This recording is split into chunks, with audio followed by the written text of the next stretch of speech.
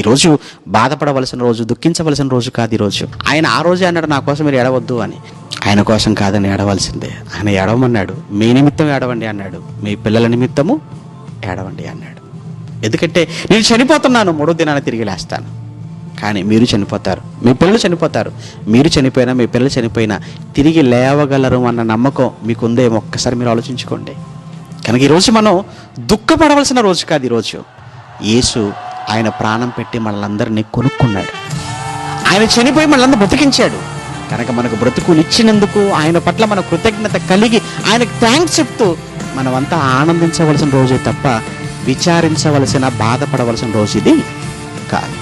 చాలామంది యేసు ప్రభు తిరిగి లేవలేదు అని చాలామంది మాట్లాడే వాళ్ళు కూడా నాట నుంచి నీటి వరకు ఉన్నారు.